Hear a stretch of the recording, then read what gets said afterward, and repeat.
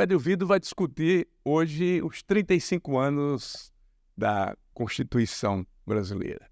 Mas antes, vamos falar um pouco da questão do que o Brasil está passando com o assassinato de pessoas inocentes diante do crime organizado, diante de milicianos. E o que é pior, o próprio crime organizado ligar para o Estado e dizer: já assassinamos quem mandou matar os médicos e fiquem tranquilos, está tudo resolvido. Nós não podemos continuar num Brasil onde essa questão está sendo discutida dessa forma. Aliás, as ações estão sendo assumidas dessa forma.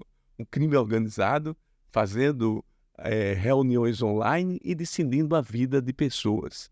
E, em muitos casos, tornando inocentes vítimas diante do que nós passamos com o assassinato dos médicos.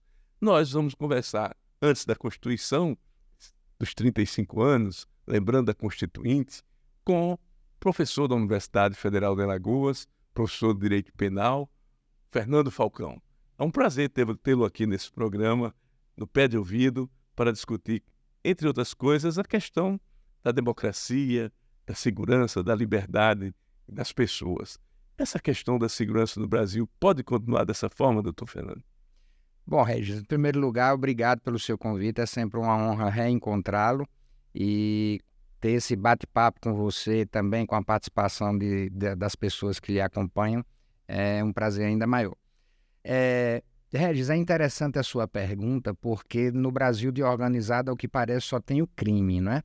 Nós temos aí esse episódio recente do assassinato a sangue frio, da execução sumária desses médicos no Rio de Janeiro, a prova mais cabal de que o que existe no Brasil é uma espécie de um pacto do crime organizado com o Estado, que já se mostrou ineficiente para coibir esse tipo de criminalidade organizada, de forma que o que se vive é um verdadeiro faz de conta. O Estado faz de conta que consegue reprimir essa criminalidade, e a criminalidade, nesse evento específico, faz justiça com as próprias mãos como uma forma de assegurar uma longevidade, como quem diz ao Estado: olha, não é necessário procurar os culpados porque nós já encontramos e os executamos sumariamente.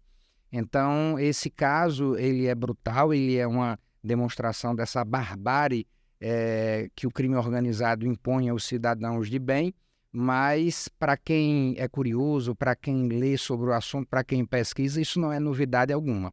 Inclusive, tem uma obra que não é recente, do jornalista Caco Barcelos, chamada Abusados, a história do dono do Morro Santa Marta. Caco Barcelos, inclusive, precisou morar fora do Brasil 8 anos porque foi ameaçado em razão dessa obra, onde ele explica o surgimento do crime organizado no Rio, as raízes do Comando Vermelho. E é curioso perceber que a criminalidade ela se instala justamente diante de um vácuo estatal nas favelas do Rio de Janeiro, principalmente povoadas por populações de baixa renda que não tinham acesso a serviços públicos essenciais, né?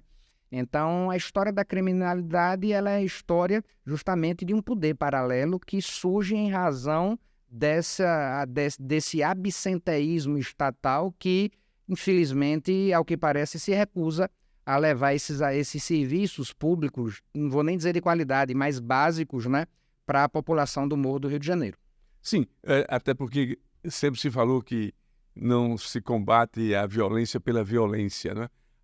Naquele momento, que foi um momento rico da polícia pacificadora, se chegou a um momento importante naquelas favelas do Rio de Janeiro e, de repente, o assassinato por membros da própria polícia pacificadora colocou por terra, e não só isso, aquela iniciativa veio com, então, governador que depois terminou até preso, acusado de corrupção, Sérgio Cabral. Então, ações que apontavam para um momento importante de se discutir segurança pública num caminho do respeito à lei, aos direitos humanos, enfim, com uma saída para a questão do crime, que se poderia pacificar as favelas do Rio de Janeiro, foi por terra. E agora você tem uma luta muito grande entre traficantes e milicianos que, na verdade, são policiais corruptos, assassinos, que foram até expulsos, alguns da própria polícia, outros estão escondidos ainda com o manto da segurança pública, mas agem numa manutenção de sistema de TV a cabo, TV a fornecimento cabo, de gás, água mineral. todos os serviços dentro daquelas regiões e passa a ter um controle da vida e da morte, né? Quem vai morrer, quem vai viver naquela região. E terminou sobrando para pessoas que foram confundidas. E esse estado paralelo parece que piorou com essa questão dos milicianos. Sobretudo quando familiares do ex-presidente homenageavam no Poder Legislativo com medalhas de mérito para milicianos, né? Esse estado é que precisa ser rediscutido, você não acha?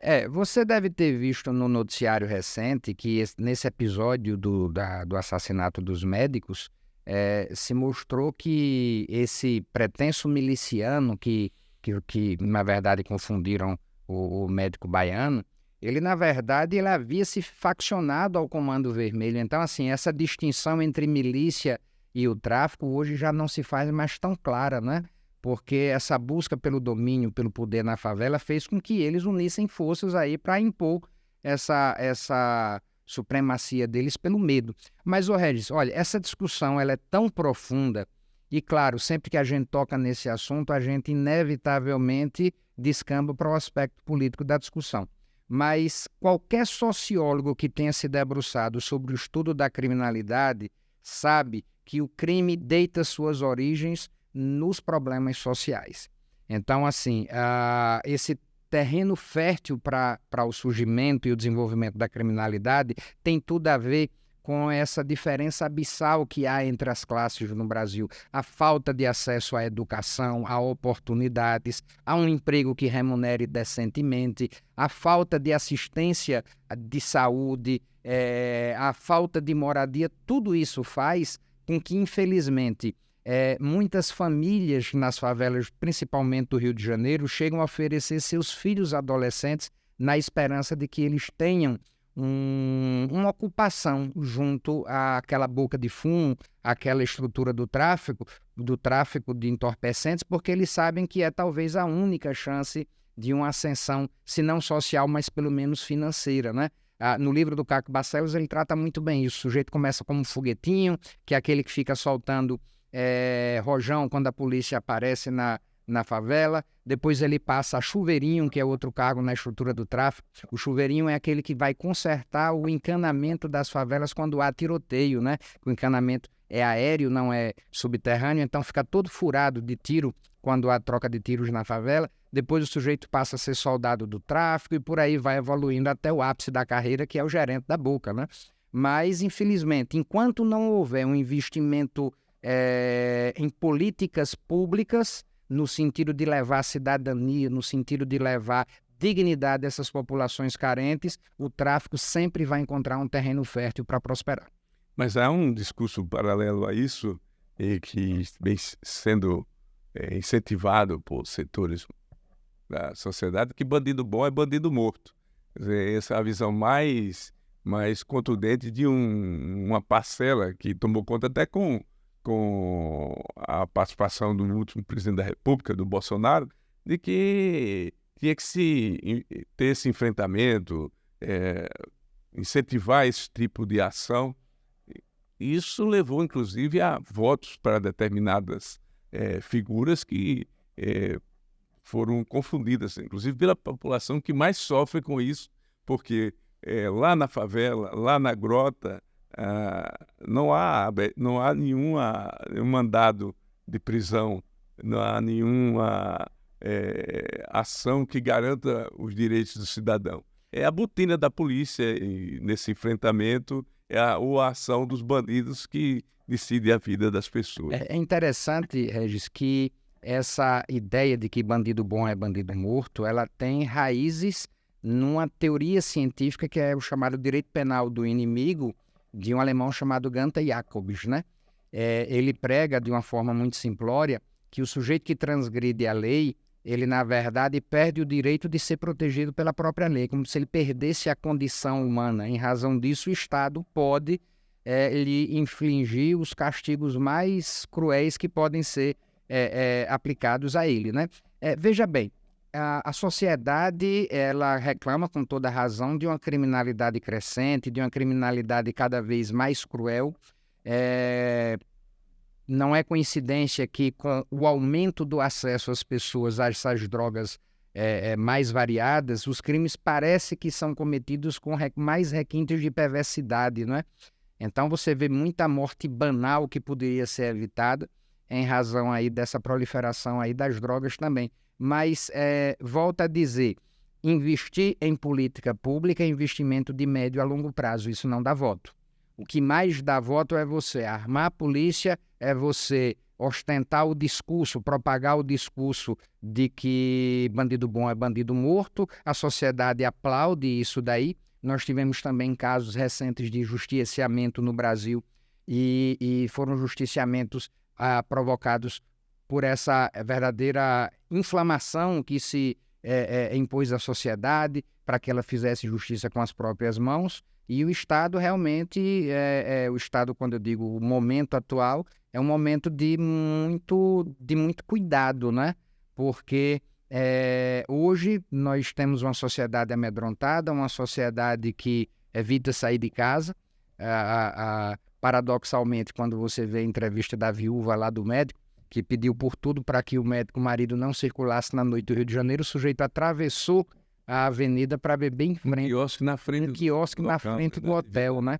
E isso não foi suficiente para preservar-lhe a vida. Mas é uma discussão muito mais abrangente do que parece, envolve escolhas políticas que, ao que parece, são textos decorativos, né, da Constituição Federal, da lei, que nunca são postas em prática. Creio eu que por se tratar de um investimento de longo prazo, ninguém quer entrar para a posteridade como aquele que investiu recursos financeiros numa política que só apresentaria resultados na gestão de outro. E olha que isso não é uma questão que passa também, por exemplo, governos que estão aí colocados como o próprio governo da Bahia, é o governo do PT, mas o campo da violência lá não é promovido pelo governo, porque o governo é do PT, o governo é do partido A ou partido B. É uma realidade social como se explicita aqui, né?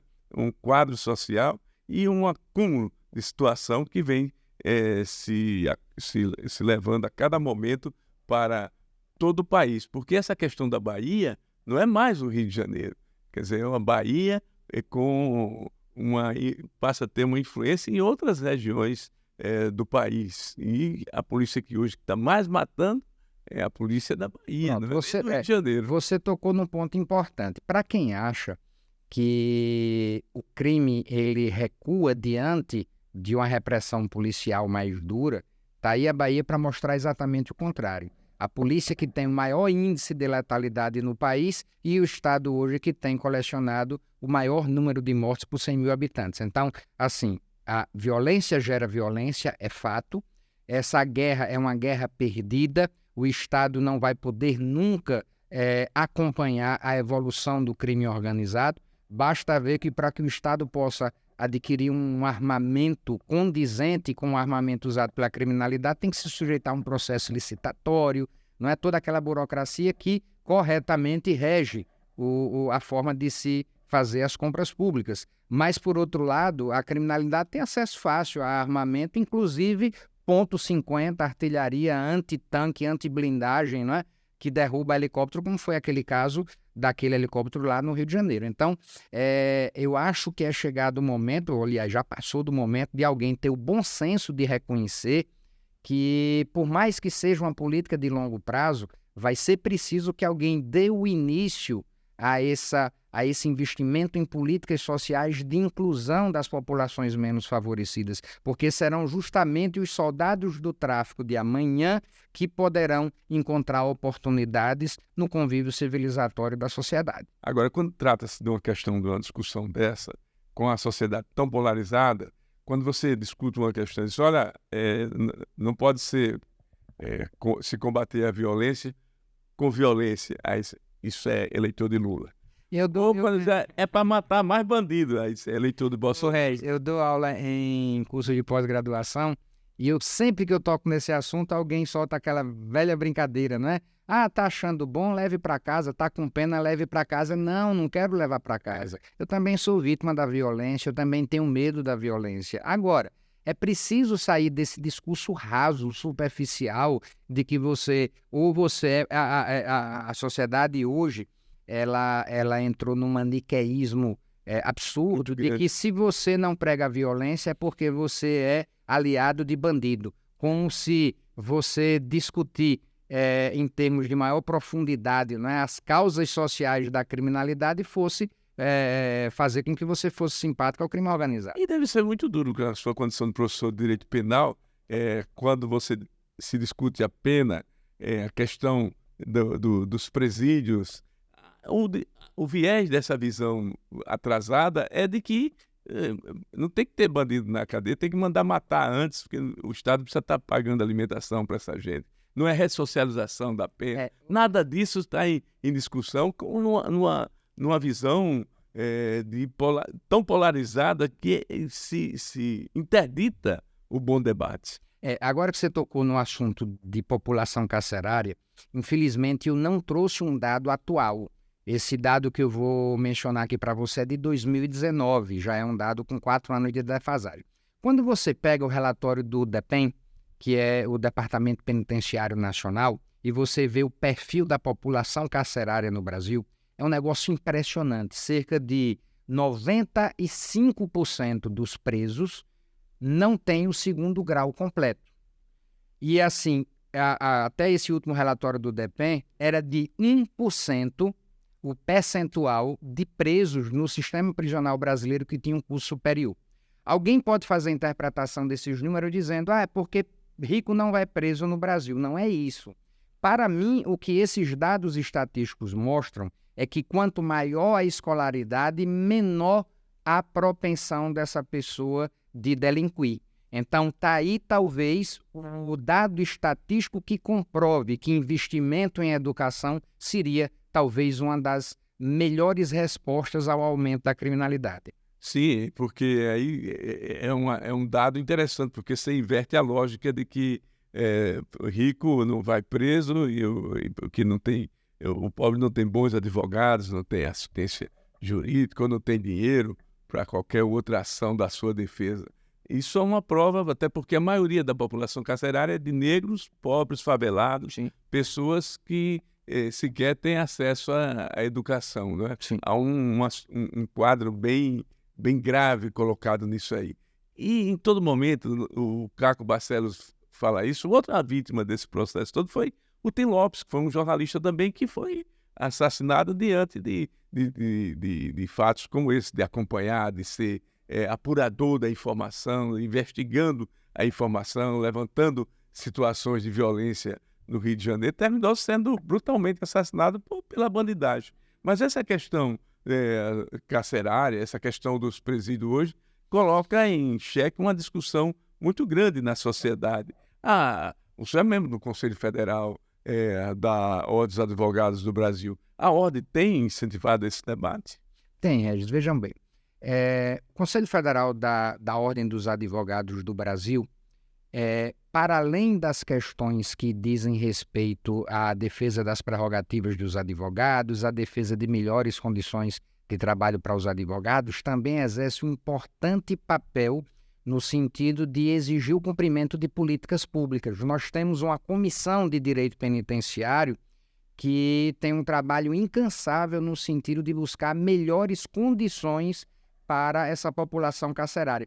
E é interessante, tem uma arquiteta alagoana premiada internacionalmente, ela se especializou em arquitetura penitenciária, e eu tive o privilégio de conhecê-la, Suzana alguma coisa, não me lembro exatamente sobre o nome dela agora, e ela, logo numa das primeiras páginas de um de seus livros, ela diz que, ela falando da arquitetura penitenciária, ela diz que os presídios são os depósitos de lixo humano. E você começa a observar o seguinte, todo presídio é construído fora do núcleo urbano das cidades. A população vê preso como um inconveniente, como alguém que não merece o convívio entre seus pares. E aí, eu parto de uma lógica que a gente encontra na própria Constituição, na Lei das Execuções Penais.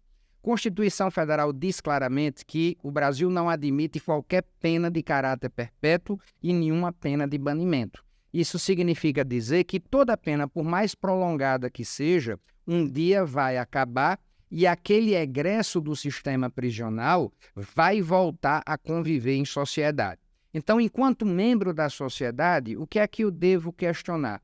Qual é o tipo de preso que eu quero que volte ao convívio em sociedade? Eu quero um preso brutalizado pelas condições infamantes de um sistema carcerário desumano, ou eu quero um preso que, de fato, tenha sido submetido a trabalhos dentro do sistema prisional, que tenha aproveitado aquela oportunidade para fazer um curso profissionalizante, que tenha aproveitado aquela oportunidade para estudar e, quem sabe, concluir aí o curso superior, como a gente tem alguns exemplos, né?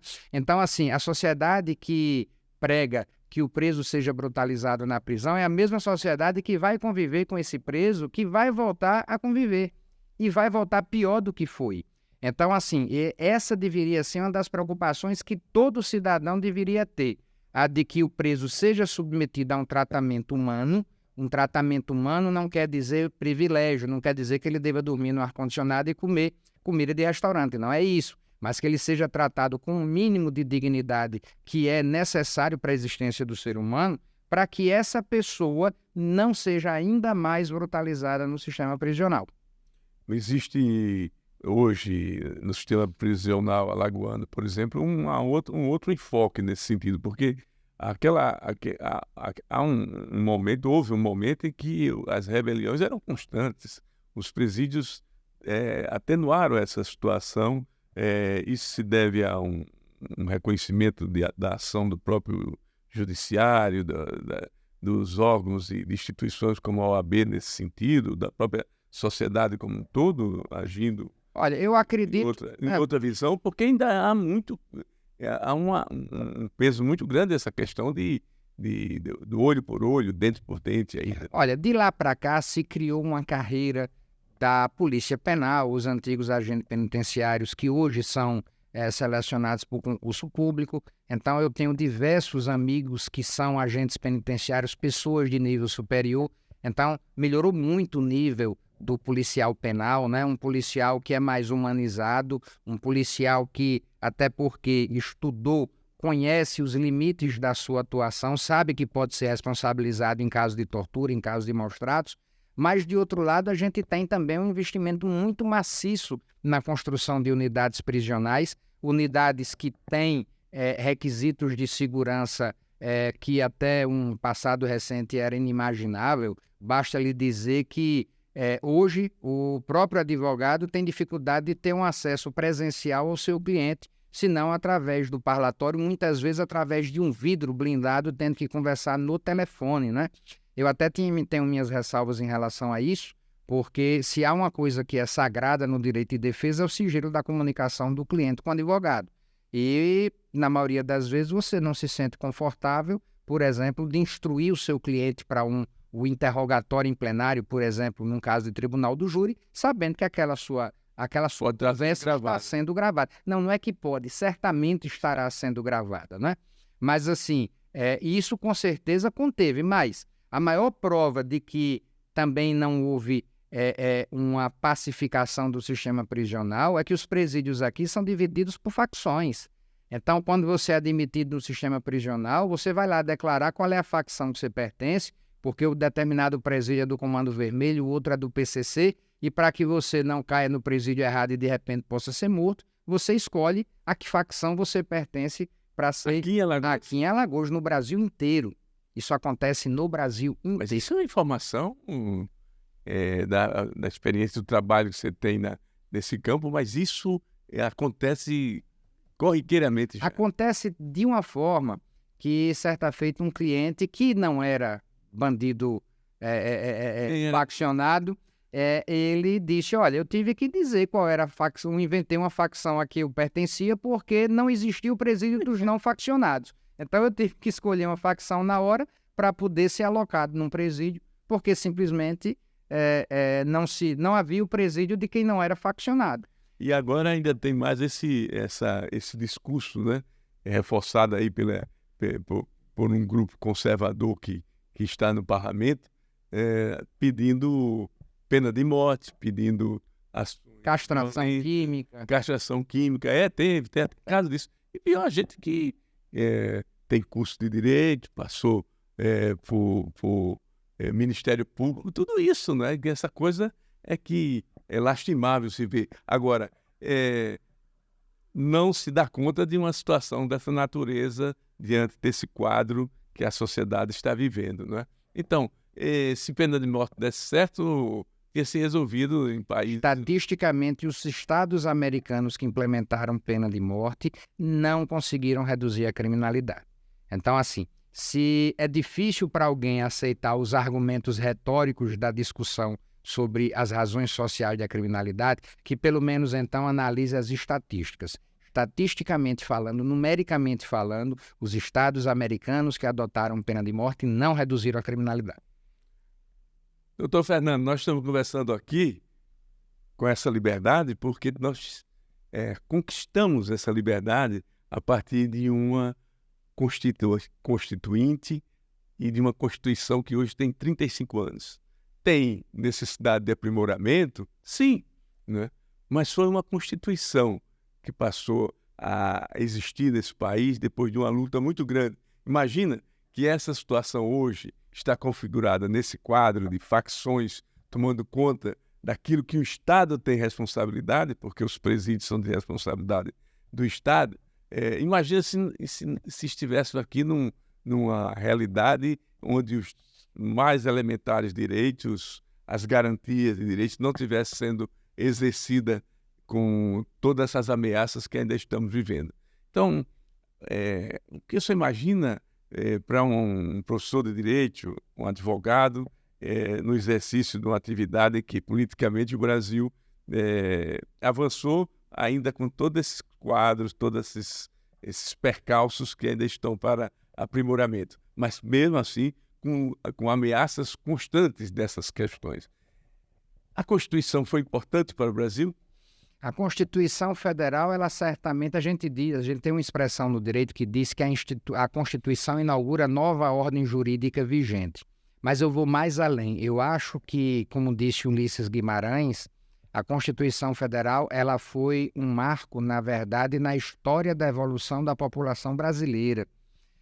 Regis, falar sobre os 35 anos da Constituição só faz sentido se nós contextualizarmos o momento imediatamente anterior a esse texto constitucional. A Constituição que vigorava antes era a Constituição de 67, que depois foi reformada em 1969, uma Constituição duríssima, até porque foi dada aos brasileiros no período mais duro da ditadura militar. Nós vivemos 21 anos de repressão, de supressão dos direitos mais elementares de 64 a 1985. E eu me confesso um espectador privilegiado desse processo de redemocratização. Na época, meu pai era o vice-líder do PMDB, ao lado de Ulisses Guimarães, e as reuniões aconteciam na minha casa, na sala da minha casa, com Dante de Oliveira, com Tancredo Neves, e eu participava, muito novo ainda, mas sempre fui muito curioso.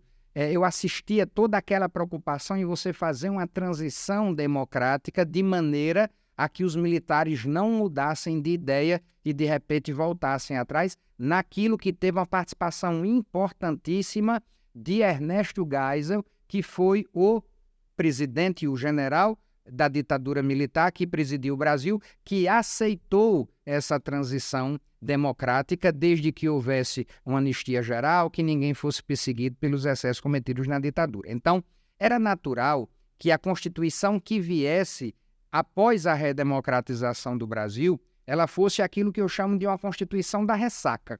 Era uma Constituição que, na verdade, buscava assegurar toda uma série de garantias que haviam sido tolhidas durante esses 21 anos de repressão. Então, assim, historicamente falando, nossa Constituição é enorme, nossa Constituição é prolixa, nossa Constituição regula matérias que não é comum que sejam reguladas num texto constitucional. Mas naquele momento histórico era importante afirmar esse conjunto de garantias, esse conjunto de liberdades. Então, a Constituição de 88 trouxe questões que talvez hoje para as pessoas mais jovens não demonstre tanta importância, mas imagine a ousadia do Constituinte brasileiro em declarar que saúde é um direito de todos e um dever do Estado. A criação do SUS, para mim, foi uma das coisas mais ousadas e mais modernas no que diz respeito a uma Constituição republicana. E o Brasil ousou dizer isso. É bem verdade que muitas das garantias ficaram só no papel, porque a Constituição é tão prolixa que ela acaba transferindo para o legislador ordinário a regulamentação de diversas matérias que foram tratadas no âmbito constitucional. E algumas dessas matérias ou nunca foram regulamentadas ou são muito mal regulamentadas. Mas o fato é, nós quebramos paradigmas, nós enunciamos que a partir dali, a partir de 5 de outubro de 1988, o Brasil não aceitava mais retrocessos, o Brasil não aceitava mais regimes ditatoriais, o Brasil não aceitava mais a invasão de um poder no outro. Ali nós asseguramos aquela divisão tripartite de poderes preconizada por Montesquieu. Foi ali na Constituição Federal que nós asseguramos um catálogo de direitos fundamentais, que isso é de fundamental importância, ampla defesa, contraditório, né? A garantia de que a pena não passará da pessoa do apenado, a assistência religiosa do preso, por exemplo, o direito social da moradia, do trabalho, enfim, muito dessas conquistas ficou no campo da utopia, não é? Mas, assim, a Constituição Federal ela foi ousada, ela foi corajosa e ela foi profundamente transformadora das relações sociais no Brasil. Você vê que, quando você se refere à situação anterior, o advogado ia a um tribunal militar defender um preso político e sabia que a sentença já estava determinada, que não havia nenhuma liberdade. E toda a legislação adotada é uma legislação montada em cima de atos institucionais, sem nenhuma garantia para o cidadão e sem nenhuma possibilidade de defesa, até porque as prisões eram feitas sem nenhuma participação da justiça. Né? Ô Regis, o meu pai contava uma história que quando ele contava, a gente ria muito. O Ulisses Guimarães era o líder do PMDB. Naquela época só existiam dois partidos, né? A Arena, que era o partido que sustentava o governo militar, e toda a oposição se aglutinava em torno do, não me lembro agora ao certo, se MDB ou PMDB. Mas o fato era que Ulisses Guimarães era o líder da bancada do PMDB no Congresso Nacional, meu pai era o vice-líder. E aí eles estavam... de João Falcão. Eles estavam na liderança do partido Foi um grande parlamentar. Obrigado. Quando o centro acadêmico da UNB, da Universidade Nacional de Brasília, chegou lá pedindo socorro porque eles tinham notícia que os jipes do Exército estavam a caminho da UNB para prender os dirigentes estudantis. E aí, doutor Ulisses, não sei se você teve a oportunidade de conhecer, eu o conheci muito bem, ele era um homem enorme de grande, doutor Ulisses devia ter perto de 2 metros de altura. Meu pai tinha 1,76 m, 77, não lembro ao certo. E aí eles foram juntos e lá na frente da UNB deram os braços com os membros lá do corpo estudantil e fizeram uma barreira humana na porta da UNB. Chegaram os jipes do Exército, desceram aqueles soldados de castete na mão e o papai sempre foi muito bocudo, né? E aí o papai olhou para o tenente lá que comandava aquela guarnição e disse: aqui vocês só entram sob os nossos cadáveres. E aí o tenente respondeu: que seja feita a sua vontade. E passaram atropelando os dois, pisando. O papai contava: eu nunca levei tanta butinada, tanta coturnada. E olhe que os dois eram deputados federais. Eles foram pisoteados pelos soldados do Exército que entraram na UNB e prenderam os líderes do movimento estudantil. Então perceba o estado de exceção. Hoje, qualquer pessoa que pesquisar no YouTube vê aquele episódio de um jornalista que foi preso porque fez uma pergunta inconveniente para o general Newton Cruz. Sim. Que ele respondeu mal-humorado e na mesma hora ele mandou dar voz de prisão e ele foi preso com tudo filmado, registrado pelas câmeras, porque o general não gostou da pergunta que lhe foi feita. Então, imaginem, você viver nesse estado de exceção e, curiosamente, essa turma dessa claque ultra-radical de direita diz o que quer justamente amparada por uma liberdade de expressão que foi essa Constituição. Agora eles estão apelando para a Constituição depois de cometer o que cometeram em 8 de janeiro, né? Estão apelando para a Constituição. É verdade, é a visão utilitarista do direito, né? Exatamente. Olha, e esse pessoal pedindo intervenção militar. Ficaram nas portas dos guardas. Intervenção militar constitucional, com todo o respeito, e olha que eu costumo ter respeito a todos, inclusive os que pensam diferente de mim, mas é uma das coisas mais grotescas que alguém pode abrir a boca para falar. A pessoa que abre a boca para falar intervenção constitucional, intervenção militar constitucional, deveria lavar a boca com sabão, porque não sabe o que diz. Exatamente. Isso é o maior contrassenso que pode existir no campo do direito, é você admitir, num país que escolheu o regime de Estado de Direito Democrático como uma escolha republicana, dizer que você tem Forças Armadas como poder moderador. Isso é uma grande estultice do ponto de vista jurídico. E essa questão da garantia dos direitos, da Constituição, da própria democracia, a maioria dos países modernos, avançados, sempre tiveram garantido a democracia como exercício, as constituições, pelo mundo afora. Depois de tanta luta, de um processo tão arbitrário como esse e de outros, da existência dos coronéis, era o Erasmo Dias em São Paulo, era o Newton Cruz em Pernambuco, sem falar do Doi-Code, que fez o que fez aqui mesmo em Alagoas, com a prisão de estudantes também. O caso Vladimir Herzog, que foi um paradigma. O caso Vladimir Herzog foi uma estupidez, né? Absurdo. Um cidadão, porque tinha uma posição política definida e editor de um jornal, de um telejornal, foi barbaramente assassinado dentro da prisão. E simulado um suicídio que agora houve uma não precisava nem ser perito para identificar aquela simulação, né? Porque na foto, isso daí qualquer pessoa encontra nas redes sociais, ele está enforcado com o joelho dobrado. Está provado cientificamente que ninguém consegue se enforcar conseguindo se apoiar no chão, porque instintivamente você vai tentar levantar para tirar aquela situação de sufocamento, né? Foi forjada esse enforcamento do Herzog e também do Manuel Fiel Filho, que foi o atentado do Rio Centro, né, que teve a participação de militares, né, que era uma forma de você insuflar a população contra uma dominação do comunismo e, com isso, recrudescer ainda mais o regime. E na verdade, eram grupos radicais dentro do próprio exército, do próprio incrustado dentro do regime militar, que não queriam entregar, que não queriam que o país voltasse à democracia. O próprio Bolsonaro foi para a reserva, estimulou isso também. Em razão de participação num atentado terrorista. Sim. Ele foi agraciado, né? Porque ele era para ter sido punido severamente. Condenado criminalmente. Condenado, porque ele teve uma atitude terrorista, né? E o que é o terrorismo, é o que nós estamos vendo hoje agora com isso que aconteceu em Israel, né? A situação de Israel, o radicalismo, todo extremo é um absurdo que nós passamos em todos os aspectos na humanidade, né? A questão de Israel é outra. Esse Hamas, eles não aceitam nenhuma discussão política. Eles querem o fim do Estado de Israel.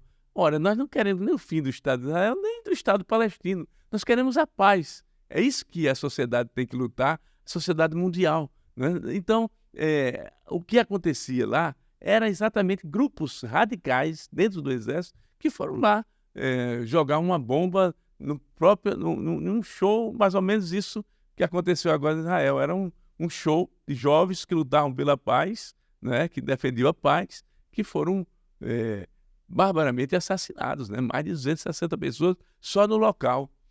O Regis, tem uma série recente no Netflix chamada Como Se Tornar um Ditador.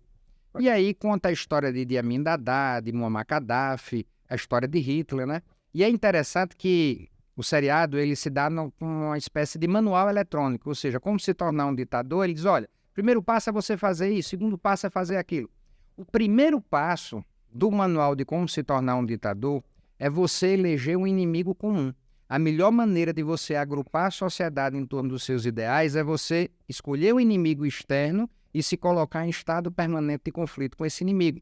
Então, por exemplo, a tentativa Tabajara de se implantar esse regime de exceção no Brasil recente foi elegendo o comunismo como se fosse esse inimigo oculto que de repente todo mundo falava que o comunista era o inimigo e ninguém sabia nem o que era o comunismo, né? Muitos deles se perguntam, eles não sabem. Não sabia nem, maioria deles. Ao ponto de Bolsonaro declarar que Hitler era comunista. Basta lhe dizer que o líder supremo dessa direita radical achava que Hitler era comunista. Então, assim, na essência de tudo, o que há é uma verdadeira ignorância. As pessoas não conhecem a história. As pessoas não procuram sequer se informar. Eu tive uma experiência engraçada de um amigo que é do agronegócio e, assim, perto das eleições me procurou e disse: olha, eu estou indignado porque eu fui chamado de fascista. Lula disse que os pecuaristas são fascistas. E aí eu ri e perguntei a ele: mas você sabe o que é fascismo? Ele disse: não, mas eu sei que coisa boa não deve ser. Ele estava indignado por ser chamado de uma coisa que ele nem sabia o que era. Então, assim... Por causa da polarização, né? O meu pai usava uma expressão que eu gostava muito, que ele dizia: em casa que não tem pão, todo mundo briga e ninguém tem razão. Em verdade, Regis, eu juro a você, talvez a pior herança dessa quadra recente da política brasileira, para mim, foi nós termos descoberto que havia uma parcela muito significativa da sociedade que tem ódio, que não tem empatia, que não sabe tolerar a opinião divergente da sua. A gente pensa que isso é comum nos países europeus, né, que se ressentem muito da imigração principalmente de povos das colônias, né? Mas aqui, um país miscigenado, um país que é fruto de uma verdadeira coxa de retalhos de índios, de negros, de portugueses, de gente de... Aqui nós temos a maior colônia japonesa fora do Japão. A gente tem um país que qualquer pessoa com qualquer característica racial pode se dizer brasileiro, porque o brasileiro não tem um estereótipo definido. E é um país hoje de uma parcela substancial de pessoas verdadeiramente intolerantes. As pessoas não sabem escutar mais umas às outras. Não, eles estão chamando os generais de melancia. São todos comunistas. Por quê? Porque não aderiram ao golpe. Porque eles respeitaram a Constituição, eles não tinham para onde correr, até porque o cenário internacional não permite isso, não há mais Guerra Fria no mundo. Ô Regis, eu acho que ninguém sofreu mais nessas últimas 2 eleições do que pessoas que pensam como eu. Eu, na verdade, me opus a todo aquele estado de bagaceiro, o nome é esse, que o PT fez naqueles últimos governos, principalmente da Dilma. Fui às ruas, pedi a saída da Dilma, mas, de repente, na eleição seguinte, eu estava pedindo a saída do Bolsonaro, porque, na verdade, nenhum dos dois me representa. Os extremos são extremos radicais, cada um com suas vicissitudes, com seus problemas. Mas, assim, o fato de você não ser apoiador de nenhum nem outro fazia com que, para os petistas, eu fosse bolsonarista e para os bolsonaristas eu fosse petista. Então, eu apanhei dos dois lados, eu não tive sossego. Fiz a escolha de votar em Lula, não porque queria Lula, mas porque queria tirar o Bolsonaro. Mas, assim, já no dia seguinte já declarei minha independência, minha oposição, já sou contra Lula e torcendo aí para que chegue um nome novo na política brasileira. Mas, olha, esse conceito da questão da importância da Constituição foi especificamente o conceito da própria segurança. Quer dizer, tudo que nós discutimos aqui desde o início do nosso bate-papo aqui, falando de segurança pública, o conceito de segurança era muito abrangente. A força que tinha as Forças Armadas para definir o que era segurança interna, externa, o que é questão da segurança internacional, o papel das Forças Armadas, porque a gente se critica as Forças Armadas não pela instituição, mas pelo que se prestou às Forças Armadas naquele momento da ditadura, de ter referendado meia dúzia de generais que deram golpe nesse país. Porque outros generais e outros militares não, outros foram sofrendo com isso, não é? Então, mas a instituição militar, com a nova Constituição, ela passou a definir o conceito de segurança, não é? Estabelecendo esses parâmetros. Isso foi importante para a sociedade democrática. Sim, importante, até porque, como um país de tradição pacifista que nós temos, a gente não pode admitir o que é exceção como regra, não é? Então, assim, as Forças Armadas têm a principal função de garantir a paz, não é? A guerra não é a finalidade principal das Forças Armadas, e sim a garantia da paz. Está aí o Brasil com a belíssima história das suas incursões no Haiti, em outros países, sempre sob a supervisão da ONU, né? Essas missões de paz, e de repente você vê aí uma turma ensandecida, uma minoria, ainda bem, que não entende qual é o papel constitucional das Forças Armadas, querendo insuflá-las para que elas fossem protagonistas de um golpe militar. Mas assim, ainda bem que no final das contas prevaleceu o bom senso, os problemas não terminaram com a eleição de Lula, muito pelo contrário, o caminho ainda é enorme para até que esse Brasil possa se irmanar novamente, possa se pacificar novamente, o que de fato eu nem sei se isso vai acontecer. É interessante a gente observar que isso não é um fenômeno restrito ao Brasil, isso tem acontecido no mundo todo. Está aí a direita que se sagrou vencedora na Itália, está aí a Argentina no auge da sua crise econômica, correndo o risco desse ultraconservador Midlev se eleger presidente da Argentina, né? Então, assim, está aí com todas as barbaridades que Donald Trump fez nos Estados Unidos, ele sempre muito bem pontuado nas pesquisas, né? Então, assim, isso é um movimento cíclico que a única explicação razoável que eu encontro é a insatisfação da população com os políticos tradicionais que não têm conseguido apresentar respostas satisfatórias para essas demandas sociais que crescem cada vez mais. Essa questão não passa também porque a própria política não teve um aprimoramento. Por exemplo, a própria Constituição não avançou sobre essa questão do próprio parlamentarismo. Hoje você tem um centrão querendo mandar no governo, fez oposição, mas está com uma maioria no Congresso, sem a qual o Poder Executivo, o Presidente da República, não governa. Tá, mas o Red, veja só. Ou o parlamentarismo, a volta, a necessidade de discutir essa questão parlamentarista, não é a volta, é a questão de se discutir o parlamentarismo, que sempre no Brasil esteve em volta da discussão parlamentarista em momento de crise. Por que essa discussão do parlamentarismo, já que há uma força muito grande? Você vê, o próprio orçamento secreto foi um escândalo. Hoje há uma força das emendas impositivas que tolhem qualquer possibilidade de discussão do orçamento de outra forma que não seja essa. E olha que você já tem um déficit fiscal muito grande no país, acumulado desde o governo passado, continua desse.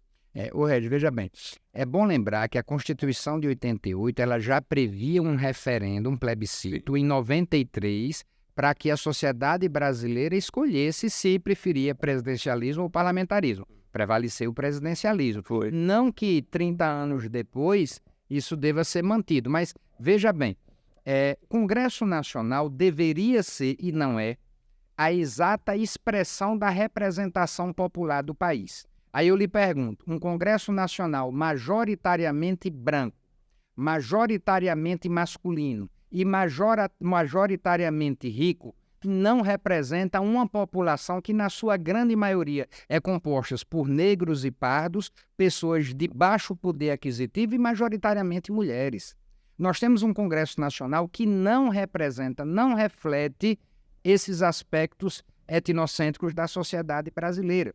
E é um Congresso Nacional que nós sabemos, ressalvadas raríssimas exceções, é muito ruim. É incapaz de cumprir a sua finalidade principal, que é legislar. A gente tem encontrado aí uma produção legislativa sofrível. Claro, existem exceções a essa regra, nós temos bons parlamentares, mas hoje o parlamentar prefere dar um discurso lacrador numa CPI para poder ficar bem com seu eleitorado do que efetivamente arregaçar as mangas. Fala mais para o celular do que para o parlamento. Não se preocupe em tentar entender as raízes dos problemas do Brasil e efetivamente trabalhar em prol disso. Então você tem lá a bancada do agronegócio, a bancada da evangélica, a bancada do interesse A, do interesse B, e na verdade, ao que parece, você tem aí esse centrão que tomou de assalto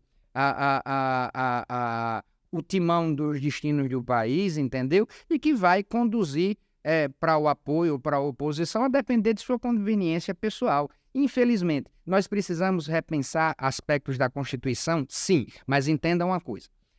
a Constituição Federal, como toda a Constituição Federal, ela tem que ser programática. Ela tem que ser uma Constituição Federal aberta. Existe uma regra para se garantir a longevidade de uma norma jurídica, você tem que adotar o maior grau de abstração dos seus conceitos. Por exemplo, a Constituição Federal fala em interesse público e fala em função social. O que é interesse público? O que é função social? Obviamente que não era competência do Constituinte dizer isso. A ideia é você transmitir para o intérprete da Constituição essa incumbência de completar o sentido, o conteúdo do texto constitucional. Mas o que é que acontece aqui no Brasil? Nós temos um poder judiciário, e aqui eu estou falando expressamente do Supremo Tribunal Federal, que, ao invés de dar bons exemplos, tem cometido verdadeiras atrocidades, principalmente no julgamento dessa turma aí do 8 de janeiro. Imagine, uma Suprema Corte que se arvora na condição de juízo de primeiro grau. Um ministro, que é o Alexandre de Moraes, que se viu prevento para decidir tudo o que diz respeito de violação ao princípio do federalismo, à democracia no Brasil. E aí, por último, como se não achasse pouco, ainda impedem que os advogados possam sustentar oralmente nas sessões de julgamento. Então, assim, o Poder Judiciário, que deveria ser, teoricamente, o poder que traria aí a obrigatoriedade de todos os agentes públicos se sujeitarem ao cumprimento da lei, é o primeiro a descumprir. Então, a gente hoje vive uma crise institucional muito séria. Essa crise começou com aquelas sucessivas provocações de Bolsonaro, mas que deveria ter cessado por ocasião do fim dessas ameaças, mas continuou, agora representado pelo ministro Alexandre de Moraes, que tem cometido verdadeiras barbaridades no julgamento aí, inclusive com penas que não se impõem nem a homicidas que cometem homicídio qualificado e, no entanto, foram submetidos a essas penas degradantes. Então, é preciso fazer uma correção de rumo, volta àquela expressão que meu pai usava, casa que não tem pão, todo mundo grita, ninguém tem razão. Então, é preciso que haja bom senso de todos esses agentes para que a gente busque um equilíbrio institucional. Você acredita que há um conflito de poderes hoje no Brasil? Eu acho que a mais é uma vingança. Vingança. Porque ninguém foi mais desafiado do que o Supremo Tribunal Federal durante todo esse período. Tem uma expressão muito simbólica de um dos filhos de Bolsonaro, quando ele diz que bastava um cabo e 2 soldados, parece, para fechar o Supremo Tribunal Não faltou Federal. Provocação, né? Não, as provocações eram diárias. E assim, provocações chulas, no sentido de chamar de canalha, de patife, mas assim, passou, aquela ameaça institucional cessou. Claro, ainda existe uma claque insatisfeita com o resultado das eleições, existe, mas entenda, a gente não vai caminhar para uma pacificação social se você não agir de acordo com o que diz a lei. Então, o que está acontecendo agora com essa questão do Senado, do marco temporal, mudança na legislação, a decisão do Supremo em cima do marco temporal, isso é mais um início de um confronto? Sim, a própria proposta de mudança da Constituição Federal para limitar o mandato dos ministros do Supremo Tribunal Federal a um determinado período, o que eu acho interessantíssimo. Nós temos aqui situações como, por exemplo, o ministro Dias Toffoli, ele foi nomeado ministro do Supremo, salvo engano, não tenho certeza, aos 42 anos. A expulsória se dá com 75. É inadmissível que alguém se mantenha ministro do Supremo Tribunal Federal durante 33 anos. Você não oxigena o pensamento jurídico, não é? Você, nos países mais civilizados, esses ministros do Supremo, eles têm um mandato por um período de tempo definido, e isso faz com que você tenha uma rotatividade e, consequentemente, uma mudança de orientação. Ora, aqueles ministros têm uma composição que se inclina para a direita, ora uma composição que se inclina para a esquerda, ora a composição é de centro. Tudo isso que até hoje, mesmo depois de 35 anos de uma Carta Magna, de uma nova Constituição, não se fez profundamente as reformas que o Brasil necessitava, porque precisava ter reforma política profunda, precisa ter reforma no judiciário, e ninguém nunca ousou discutir isso profundamente. Agora mesmo fizeram uma mini reforma política que não foi para frente porque não chegou no prazo, tinha que ser um ano. Aí eu volto ao que eu disse agora há pouco. ideologicamente falando, a nossa Constituição Federal é perfeita. O problema é que na hora de regulamentar essas matérias, vários assuntos que eram de fundamental importância ficaram na utopia do Constituinte. Isso daí não se transformou. Vou lhe dar um exemplo. Falar que o direito à moradia é um direito fundamental é belíssimo, mas quantas pessoas não têm onde morar? E quando conseguem morar, em razão de serem assistidas por algum programa social, moram em condições de baixíssima salubridade, em condições terríveis, né? Então, assim, eu posso dizer que uma pessoa que mora num cubículo quente, num local que não possibilita ter acesso a emprego, uma pessoa dessa, ela teve o seu direito fundamental à moradia atendido? Não teve, isso é um arremedo de atendimento. Então, a democracia brasileira ainda é uma obra inacabada. Mas é preciso a gente entender também que, em termos históricos, né, o Brasil, a nossa democracia, ela não é nem jovem, ela ainda é pré-adolescente. Nós inauguramos o regime democrático no Brasil, a redemocratização, em 1985. Nós estamos falando aí de 38 anos da redemocratização do Brasil, 35 anos dessa Constituição Social. É muito pouco tempo para que o Brasil se assente nas bases sólidas que outros países que nos inspiraram já têm.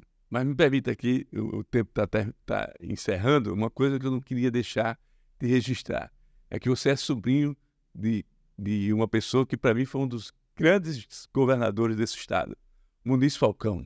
Isso, para mim, é muito significante registrar, porque foi também uma das vítimas desse processo político tão difícil da vida brasileira e da vida lagoana. Então, Muniz foi esse exemplo, era ainda menino, mas acompanhei essa história em todo o processo político da vida que a gente vai formando e nessa realidade toda da política lagoana, sempre tive no governador Muniz Falcão, inclusive uma das vítimas desse processo da violência política da ditadura, né?